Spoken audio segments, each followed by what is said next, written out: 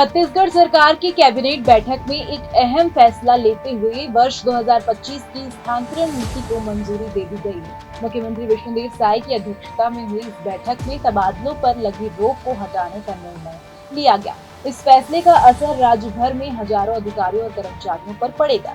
नई नीति के तहत स्थानांतरण के आवेदन 6 जून से 13 जून के बीच किए जाएंगे। इसके बाद 14 जून से 25 जून तक स्थानांतरण की प्रक्रिया पूरी की जाएगी। जिला स्तर पर प्रभारी मंत्री, राज्य स्तर पर विभागीय मंत्री की मंजूरी आवश्यक होगी। अब जानते हैं किन्हें मिलेगा विशेष लाभ। जो किसी बीमारी से पीड़ित हो, जिसमें मानसिक शारीरिक अक्षमता हो और सेवानिवृत्त से 1 वर्ष पूर्व हो।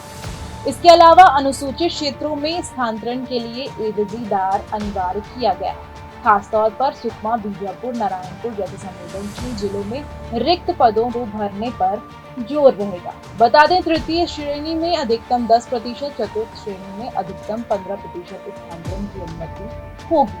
प्रोबेशनरी कर्मचारी का ट्रांसफर नहीं होगा। पति पत्नी को एक स्थान पर पोस्टिंग का प्रावधान है। राज्य स्तर के सभी ट्रांसफर अब ई-ऑफिस की प्रणाली के जरिए पारदर्शिता के साथ किए जाएंगे।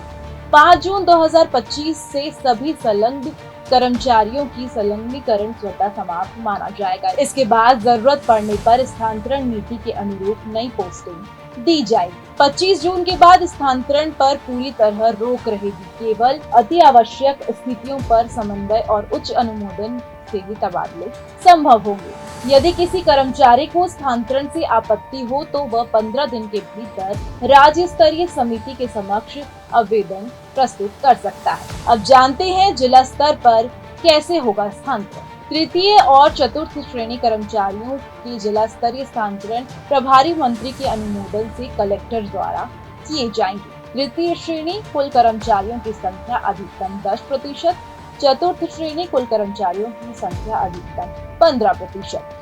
स्थानांतरण के बाद कर्मचारी को 10 दिन के कार्यभार ग्रहण करना अनिवार्य होगा।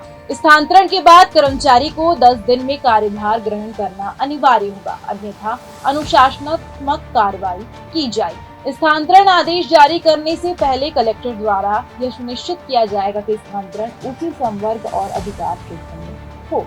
राज्य स्तर पर स्थानांतरण की क्या है प्रक्रिया, आइए जानते हैं। राज्य स्तर पर अगस्त-सितंबर के बीच विभिन्न विभागों द्वारा स्थानांतरण किए जा सकेंगे। इसके लिए प्रस्ताव संबंधित विभाग द्वारा तैयार किए जाएंगे और विभागीय मंत्री की स्वीकृति के बाद क्रियान्वित किया जाएगा।